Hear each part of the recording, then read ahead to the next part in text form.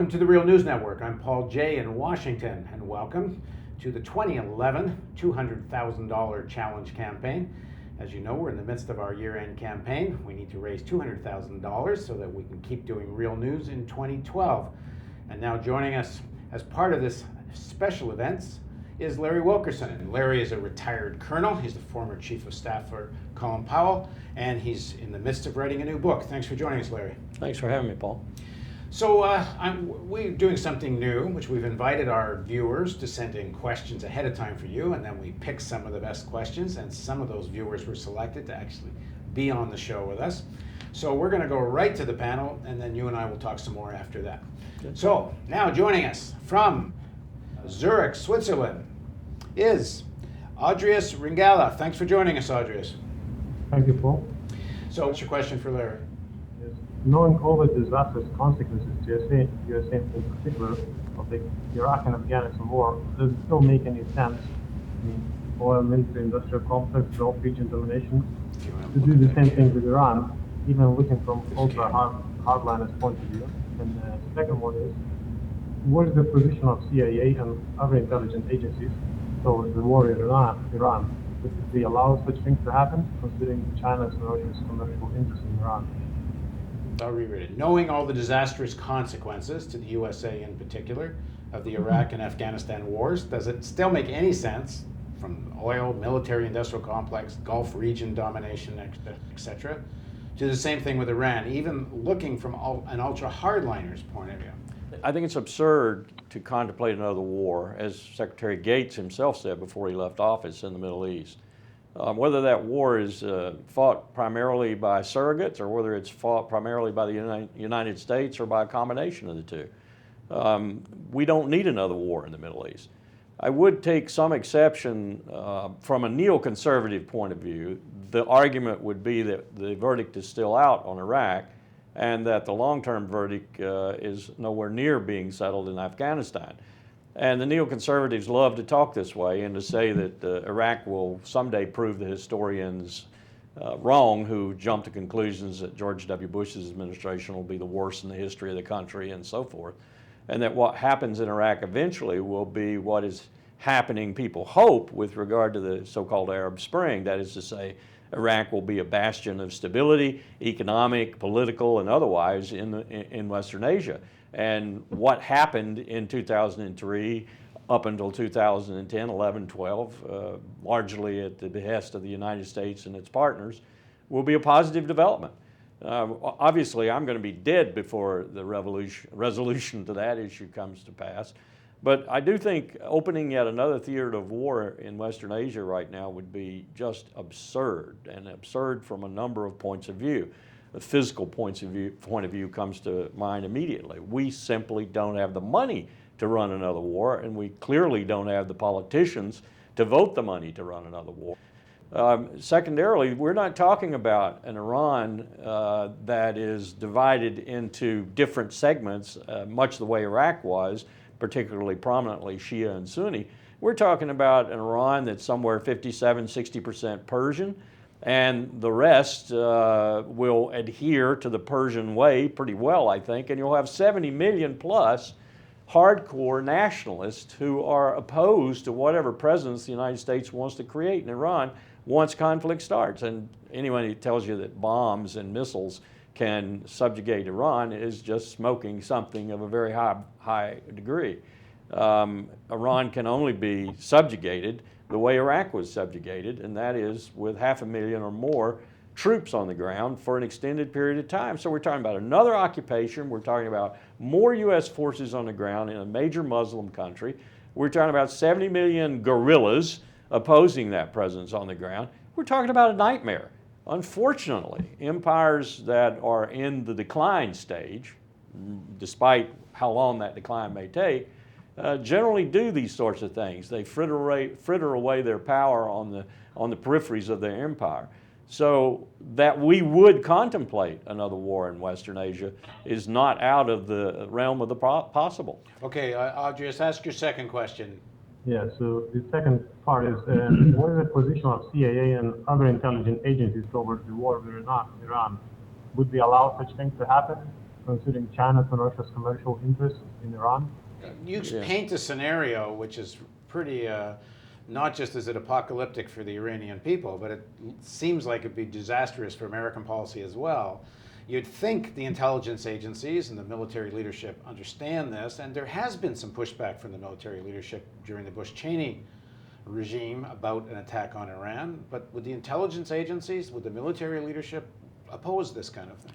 We live in a country that supposedly adheres to a civil military, civil intelligence relationship that puts the civil on top.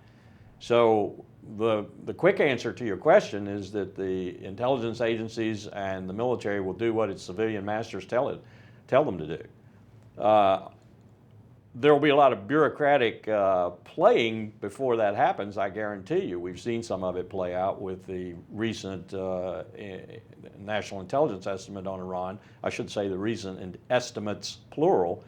But at the end of the day, they're going to line up and do what the civilian leadership tells them to do. Does the military want to go to war in Iran? Not the military I talk to. The military that I talk to is very tired. The Army has the highest suicide rate in its history. The Marine Corps is not far behind. A $60 to $100 billion bill just on major armaments, tanks, helicopters, and so forth to repair from the Iraq-Afghanistan conflicts. It knows Afghanistan is anything but over. It's going to leave residual forces in Iraq. It knows it's coming home to basically an unemployment environment that means a lot of its veterans aren't going to find jobs. The military is sick and tired of war. But at the end of the day, as I said, it's going to do what its civilian leaders tell it to do.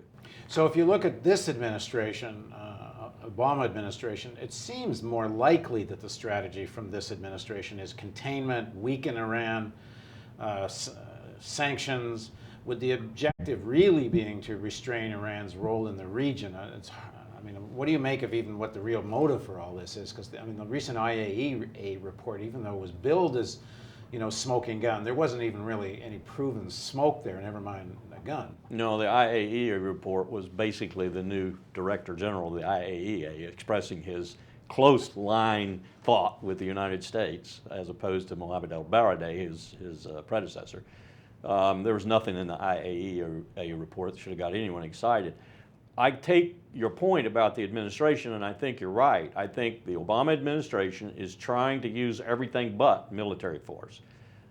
I think it's a very dangerous tactic, though, because they may get to a point where they think they can control events, but they then find out they can't. The proximity of forces in the northern Indian Ocean, for example, is a case in point. What happens if we suddenly have an incident that an IRGC, Revolutionary Guard Corps commander or something decides, unknown to Tehran, that he's going to do something to an American warship, and suddenly we have an incident at sea, for example? I like to think that the commanders of the U.S. forces in the Gulf would be circumspect enough where they wouldn't follow that up. But we can go back to the Tonkin Gulf incident. We can go back to other things that have precipitated war in such circumstances. So I'm not all that sure that the administration can handle what its own rhetoric is setting up. And then the other part of it is, as we've seen in some of our real news reports, the former head of both Mossad and Shin Bet in Israel have accused Netanyahu and Barak of being reckless because they seem to be getting ready to do something in spite of all their own intelligence and military leadership. I don't know if you saw Laura Friedman's piece this morning.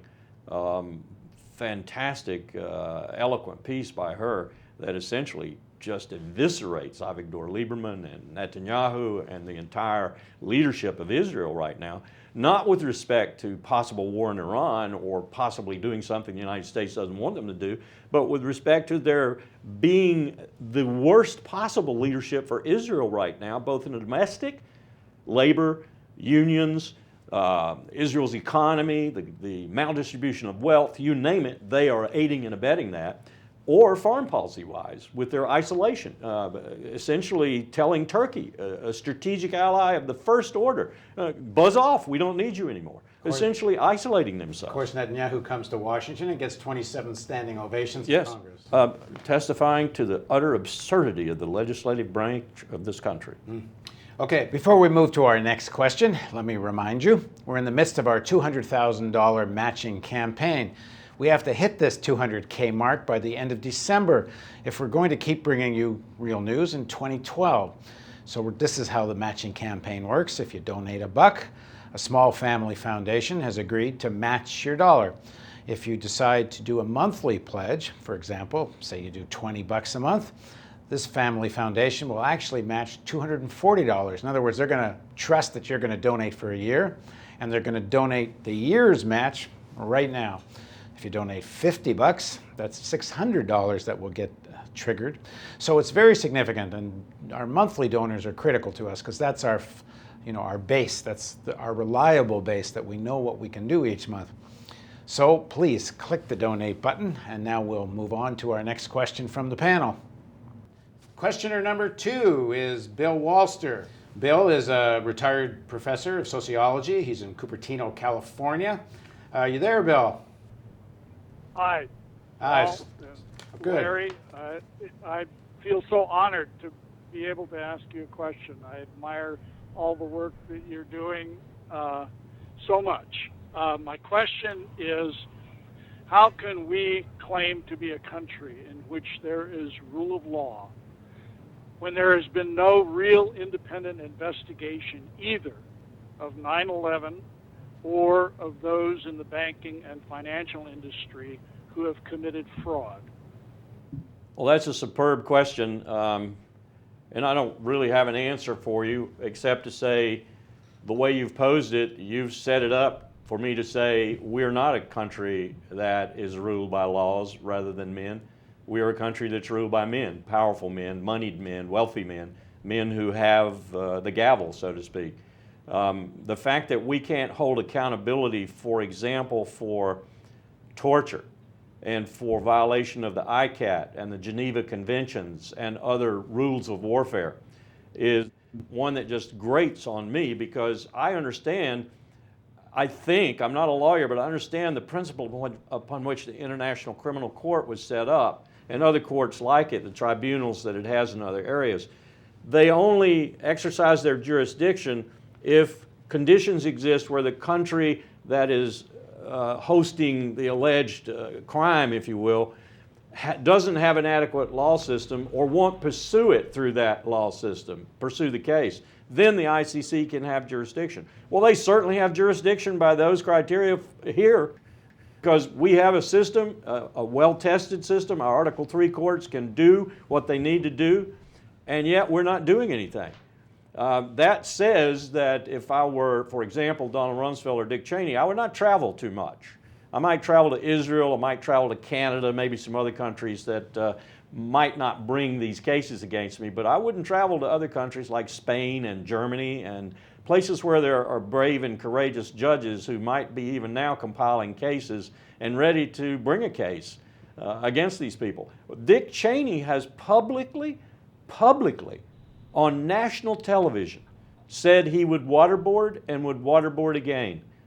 That's a violation of international law. It's a violation of domestic law. Dick Cheney should be tried. Okay, do you have a follow-up? I couldn't agree with you more. Could I follow up with, given your answer, then how do we go forward? How do you propose that we establish or reestablish equal justice for all? I'll give you just one example. I'm not sure it's possible, but I'll give you one example of what we're trying to do right now. In conjunction with a number of members of Congress who are themselves disgusted with the inability of that body to do anything about the torture issue, we are looking at a private commission that would set itself up, that would create a record. The record would be exhaustive.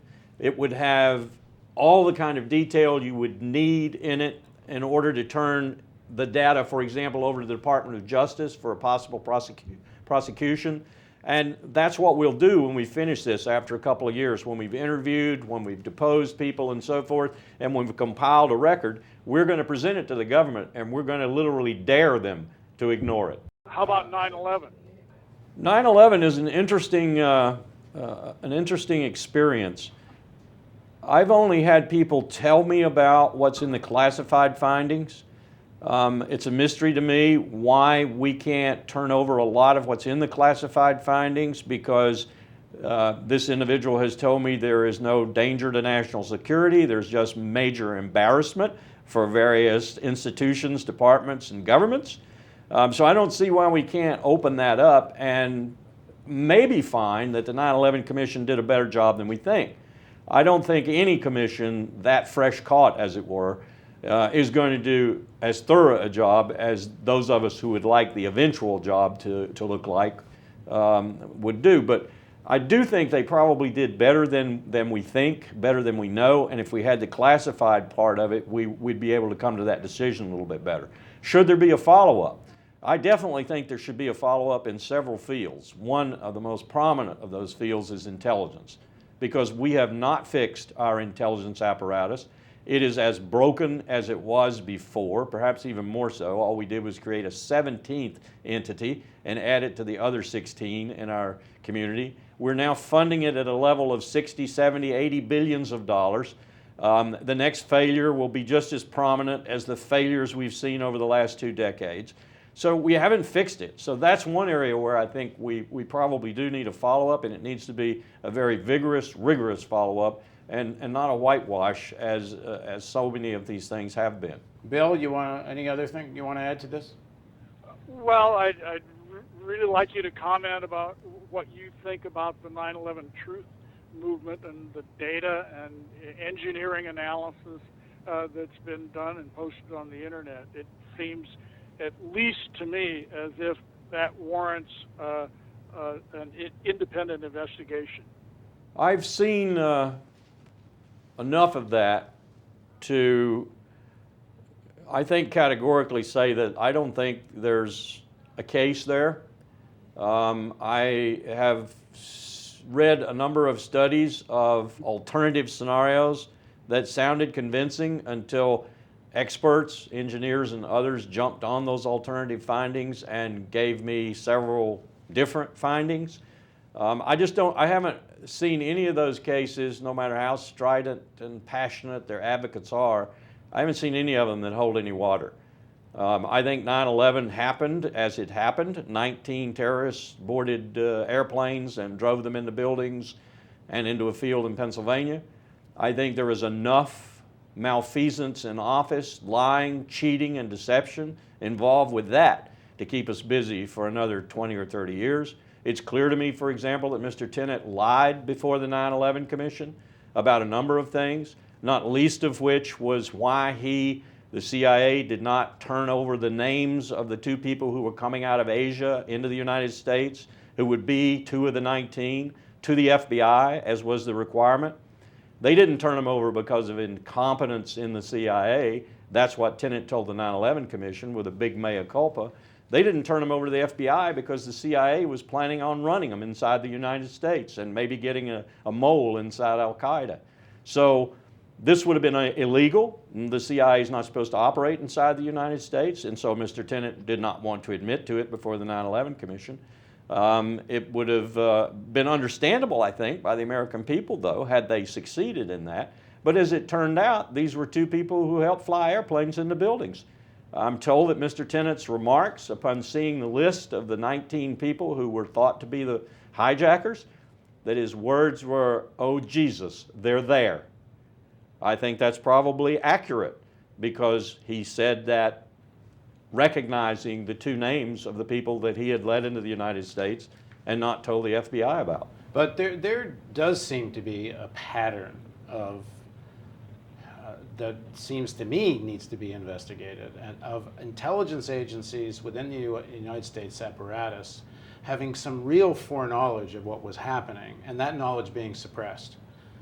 We know there was a unit within the Joint Intelligence Command, I believe it's called, where they actually has come out now through a Freedom of Information Act request by Tony the officer. Schaefer's group? No, there's another one. Another There's a group? guy known as Iron Man. We did a report together with Truth Out about this, where they had actually said they had located the homes of Osama bin Laden and Mullah Omar, and we're told, this is in, I believe in early 2000, we're told it's not your business to find those things, and they were pulled off it. Then they did a modeling of what would be the likely terrorist threat to the United States. This again is in early 2000, and the modeling said the targets are likely to be the World Trade Center and the Pentagon. It's likely to be planes. It's even possible one of the buildings will fall down. They went to that level of detail, and through the Freedom of Information Act, one of the officers complained that this was suppressed after 9/11 because one of the congressional committees called the Joint Intelligence Force leadership to come and testify and asked them, what did you know? And they said, we didn't know anything. So one of the officers involved formally complained and gave up the papers and documentation that shown they had modeled this as a possible scenario, and it was suppressed. I mean, there's many examples, at the very least, of a culture of not wanting to know. And then, of course, you get Bill Graham and the Joint Congressional Committee saying there was outright suppression of the Saudi connection. Right. And that the 9/11 Commission simply covered up under White House pressure the whole role of the Saudis. I think that's some of the cover-up of the reason that the classified portion remains classified. It's the Saudi stuff, yeah. So I mean, it seems to me one way or the other, does it not make sense? There need, and even on the engineering side, although I have to say I personally have not been persuaded by the engineering arguments. I've looked at them as well as I can as a lay person, and when I see the argument and counter-argument, I've been persuaded by, the counter-argument. The two authors of the best book I've read, I think it's called The 11th Day, went through all of the major conspiracy theories, spent hours painstakingly going through the engineering analyses and the other purported evidence and so forth. And in their book, just came out this year, they concluded that none of the conspiracy theories held any water. On the engineering side. Right. On this other side, there seems to be a ream of unanswered questions. I mean, does it make sense, even on the engineering side, frankly, given the millions of people who do believe there's something questionable, even the way the buildings came down? I mean, why not have an independent commission and go through all of this? I see no harm in it, but I will add this. My working at the highest levels in the U.S. government, and I tell my students this all the time, indicates to me that 9 times out of 10, maybe 99 out of 100, when you want to fall back on a conspiracy theory or a theory of, as you said, lots of little people beavering away and finding the truth somewhere and yet not being believed, or that truth not making it up through the labyrinth, generally speaking, it's incompetence. It's not conspiracy. Well, I'll give you an example. We're getting into 9/11 stuff here, but there's no way not to. Too many people want to know. I'll tell you one thing, it's not incompetence. Why did they demote Richard Clark? You got a guy who you would have thought you would have wanted to have continuity with the previous administration. Why would you ask me a question that's so easy to answer, Paul? Wow. The question is that Dick Clark was in some respects an asshole. He was a guy who always got his voice heard one way or another. Well, then you replace him with someone you trust. Clinton, Sandy Berger, others tolerated Dick Clark. When the Republicans came in, their mantra was ABC, anything but Clinton. Clark had Clinton written all over him. So you don't do it because you know an al-Qaeda attack is coming on the United States and this guy might thwart that attack. You do it because you're sending a signal. No, we are not the Clintonistas. Your head is CIA, and your first national security briefing, you being President Bush, tells you the #1 threat to the United States is al-Qaeda, and the next thing you do is demote your national security czar. Wait a minute. Replace him if you don't. Replace him if you don't like him. You can't have it both ways. You can't denigrate the CIA. You can't haul out their failures. You can't haul out their bureaucratic foibles, and then on the other hand, attribute to them this kind of genius when it comes to something that you want to make a point about. They're not geniuses. I'm only going on the public record. The public record is George Tenet says that in his first national security briefing, he told Bush #1 threat to the United States is al-Qaeda. Then what we find out in the chain of events, Clark gets demoted. The FBI is told we're not interested in national security terrorism issues. On all the intelligence side, you get this kind of chill going that we're not interested in this kind of stuff. We're interested in the big picture, SALT talks and Soviet unions and state actors. When the people from the previous administration that handed the baton to you tell you, you actually better be concerned about those guys. I mean, you're just coming in from inside the government life, right? You're coming in as politicians. You would think you would listen to the previous administration and the professionals. How do you make such a decision? All of a sudden, we know better than all of you guys do, and we're not interested in this. Well, I don't think it was that cut and dry, although it was a significant reversal of priorities, if you will. Yeah, I mean, listen to Colleen Rowley and the FBI. FBI was told, forget about this stuff. The priorities were anti-ballistic missile defense.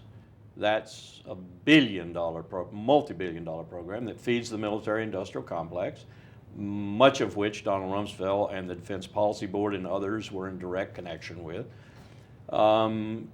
You denigrate all the things that don't fit that priority, and you raise all the things that do fit that priority. And terrorism was not something that fit that priority. It didn't mean that they pushed it off the chart entirely, but it did mean that it got decreased in terms of their attention and in terms of the amount of time they spent dealing with those issues. Well, we can't resolve it now, but it seems to me there was a culture created that we don't want to know, and intelligence that had been gathered deliberately was not allowed to filter up.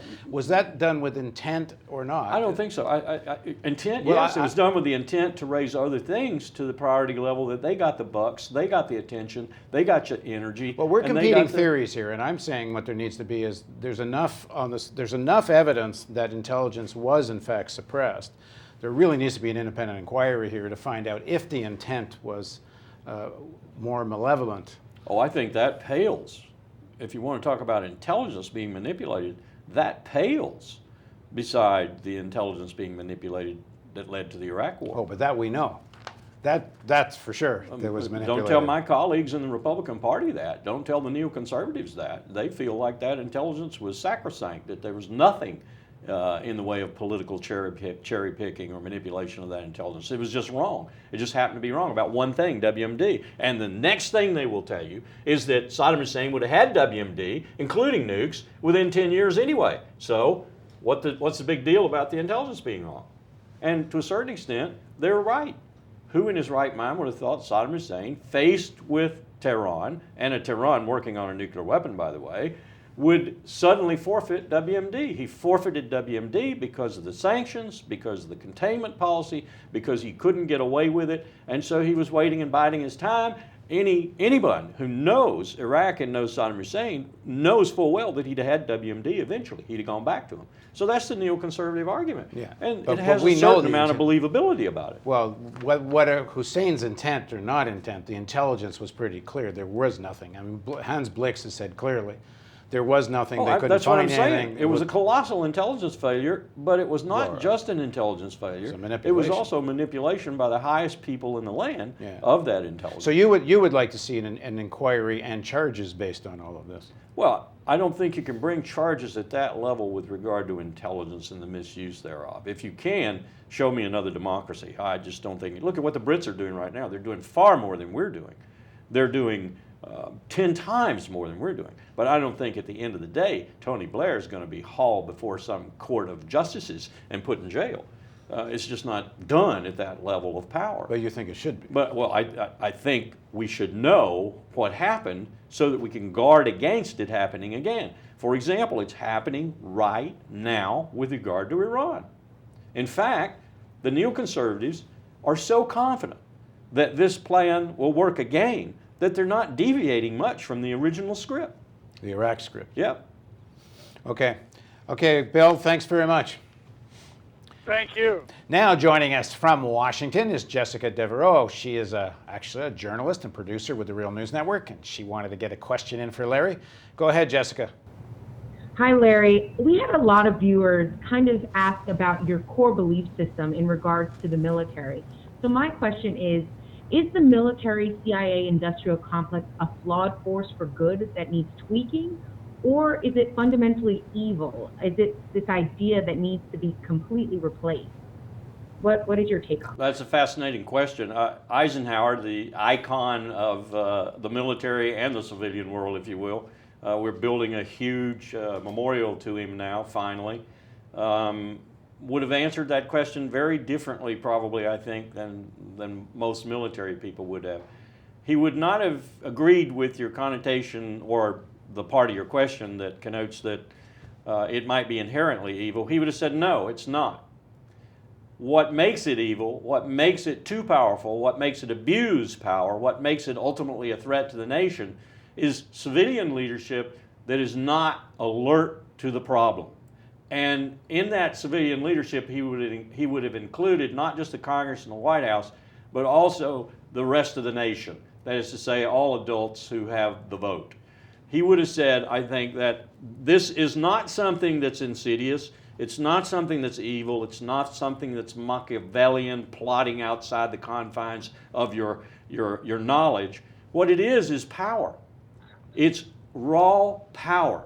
And if you don't oversee it, if you don't check and balance it, if you don't keep it in its place, if you don't deal with it and manage it correctly, it will wind up being the greatest danger to your freedoms and your liberties.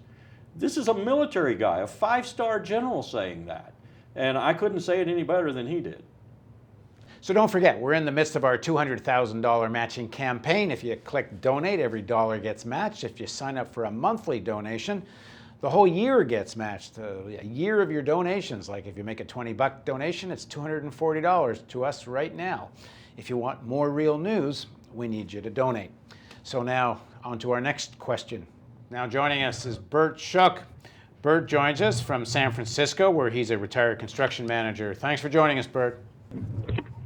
Glad to be here, Paul. So what's your question for Larry? I proposed to Larry a question that would be addressing in a single piece of legislation what he thought would be the most important aspect within our democracy that might bring us back the checks and balances that we need so desperately in order to maintain our democracy.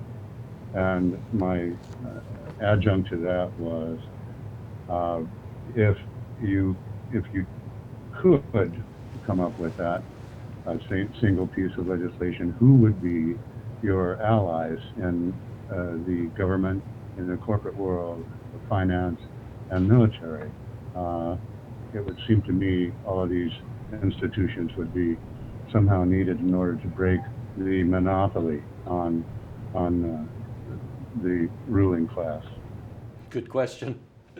So he wants to know if you had to advocate one piece of legislation.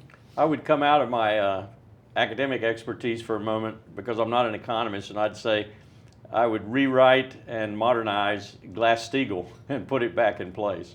Most important thing being there that we separate out genuine banks, people who are going to deal with me when I buy a house, when I want to start a business, people who are going to be interested in me and my business and my house are going to loan me my money, and they're going to stay in touch with me and protect their money and their investment in me. In other words, separate out the banks like South Dakota and North Dakota still do, and they're doing right well, by the way, from the investment banks, or those who deal strictly in money and become too big to fail. If you've seen the movie Too Big to Fail, you know what I'm talking about. If you've seen the movie Inside Job by Charles Ferguson, you darn well know what I'm talking about. But I'm not an expert there. Where I am an expert and where I teach, I would like to go into, and I would like to write a new National Security Act.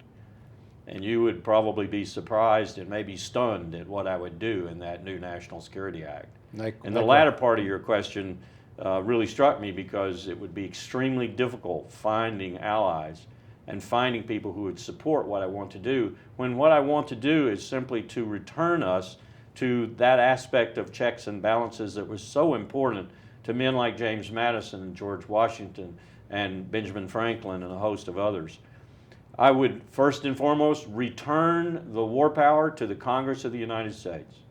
There would, in that act, be a reaffirmation of the fact that 535 ladies and gentlemen representing the people of the United States of America in collective meeting would have to declare war before a single soldier, sailor, or airman or Marine could fire bullets at a single soldier, airman, sailor, Marine, guerrilla, or whatever of another country.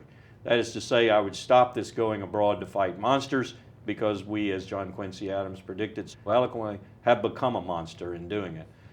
The other aspects of my National Security Act would be a complete revamping and revising of the Central Intelligence Agency and other aspects of our now 17-member intelligence community, as well as a complete revamping of the relationship between the executive and the cabinet departments and agencies of government. Right now, what we have, because of the NSC system created by the 1947 National Security Act, is power in the White House. There's no real power in the departments. The power's in the White House. And that kind of centralized foreign policy, national security policy, might seem good if you're in favor of tyranny, but if you're in favor of democracy and you're in favor of a foreign policy that supports that democracy, you're not in favor of this kind of consolidation and centralization of power in the White House. So those are just some of the things that I would do if I, were king for a day. Okay, Bert, thanks very much.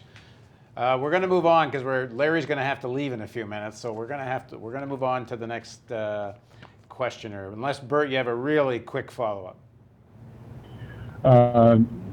My follow-up would be that it seems to me that the intelligence community, i.e. Homeland Security, has grown exponentially since 9/11 to add to the momentum that our clandestine security system has, and that what Larry suggested is a monumental task. Absolutely, and it's worse than perhaps even you think. I'll give you just one example.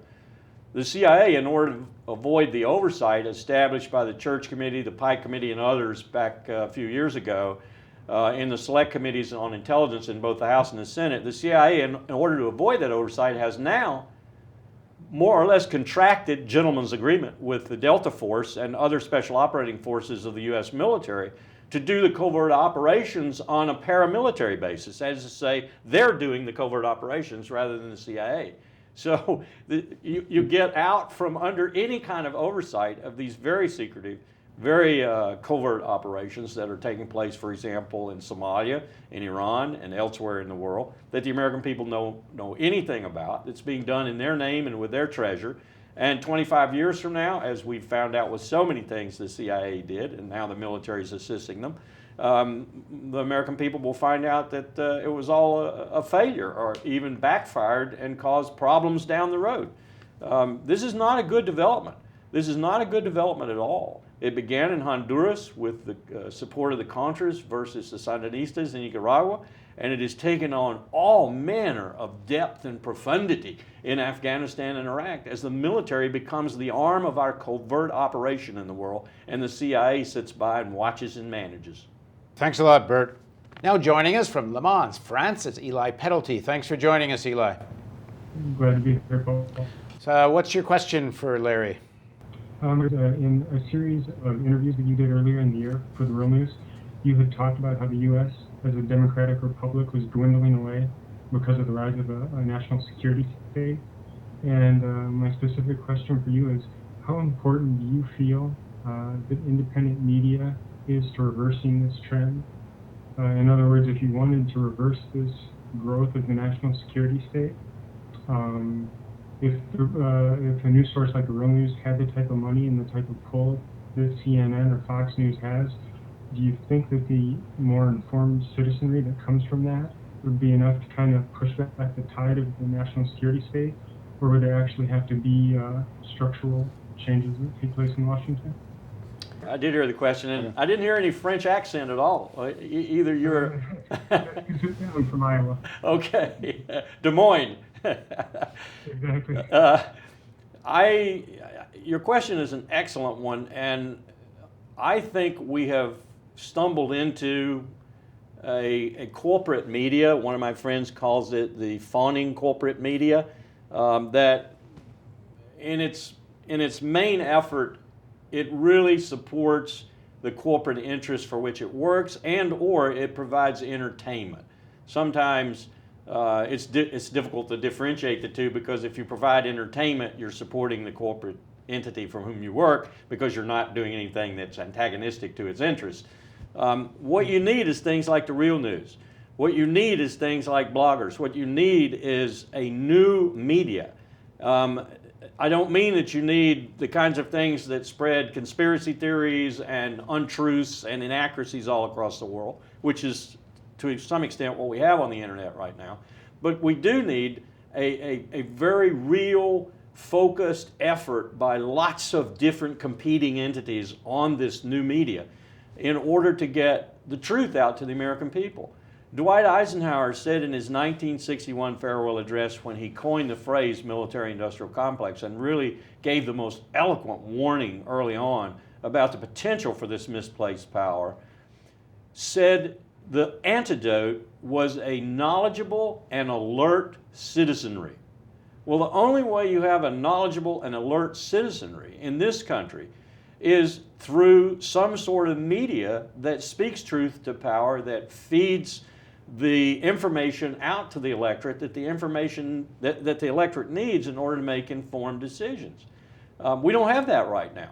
And your question, of course, addressed that. And the only way I see to restore it, and I have some hope about this, is this sort of blossoming media that's coming up in opposition to the inanities and the ridiculous polarized nature of things like Fox and MSNBC and others, who simply fight each other on the airways and to whom no one of the opposite camp ever listens.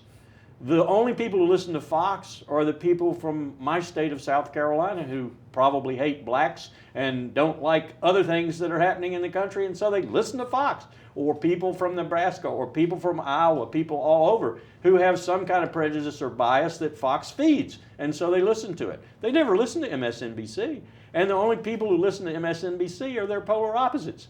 And so you're never getting any education, you're never getting any information, you're never swaying anyone. That's what we need to do, and we need to do it through reason and logic and sound news. And I think things like The Real News and others of their type are doing that. I just hope it happens swiftly and it happens powerfully. Once someone said there's nothing more powerful than an idea whose time has come.